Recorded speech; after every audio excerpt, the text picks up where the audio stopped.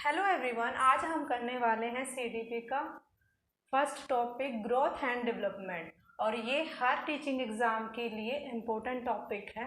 तो फर्स्ट करते हैं हम डेवलपमेंट कर जब भी हम डेवलपमेंट टर्म सुनते हैं तो हमारे साथ में हम एक और टर्म सुनते हैं ग्रोथ।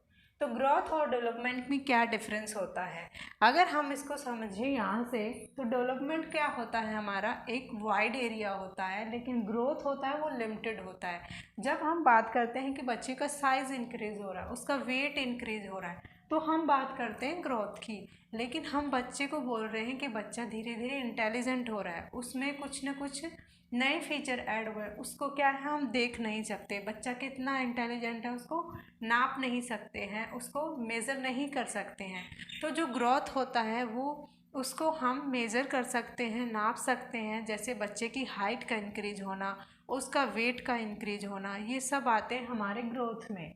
और बच्चे का मेंटल लेवल कितना है, उसका आईक्यू लेवल कितना है, और वो सब आता है हमारा डेवलपमेंट में। तो अगर हम एक सिंपल स्टेटमेंट में अगर बात करें तो डेवलपमेंट होता है हमारा क्वालिटेटिव और क्वांटिटेटिव। क्वालिटेटिव होता है बच्चे की मेंटल लेवल कितना इंक्रीज हो रहा है, उसकी क्वालिटी क्या है। क्वांटिटी क्या है, जैसे मैंने ग्रोथ की बात की, बच्चे का साइज़ इंक्रीज़ हो रहा है, उसका वेट इंक्रीज़ हो रहा है, उसकी लेंथ इंक्रीज़ हो रही है, वो आता है हमारा ग्रोथ में। तो अगर हम डेवलपमेंट की बात करते हैं तो डेवलपमेंट में दोनों फैक्टर इंक्रीज होते हैं, क्वालिटेटिव भी होता है और क्वांटिटेटिव भी होता है।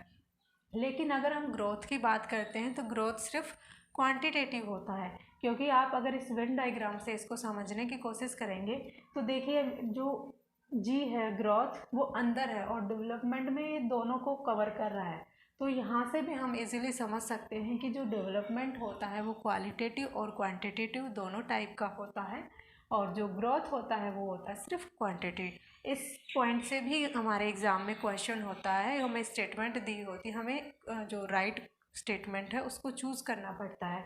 तो उसमें दिया होता है कि ग्रोथ क्वांटिटेटिव है और जो डेवलपमेंट है वो क्वालिटेटिव और क्वांटिटेटिव बोथ है। किसी स्टेटमेंट में एक को मिस कर दिया जाएगा, उसमें बोला जाएगा कि ग्रोथ क्या होती है, क्वालिटेटिव होती है। तो अगर हमें इसका पता है कि ग्रोथ होती है क्वांटिटेटिव और डेवलपमेंट होता है हमारा बोथ क्वांटिटेटिव और क्वालिटेटिव। नेक्स्ट हम आते हैं कि स्टेजेस कितनी होती हैं डेवलपमेंट में। तो टोटल स्टेजेस हमारे डेवलपमेंट में होती हैं 6 स्टेजेस। डेवलपमेंट में होती हैं 6 स्टेजेस।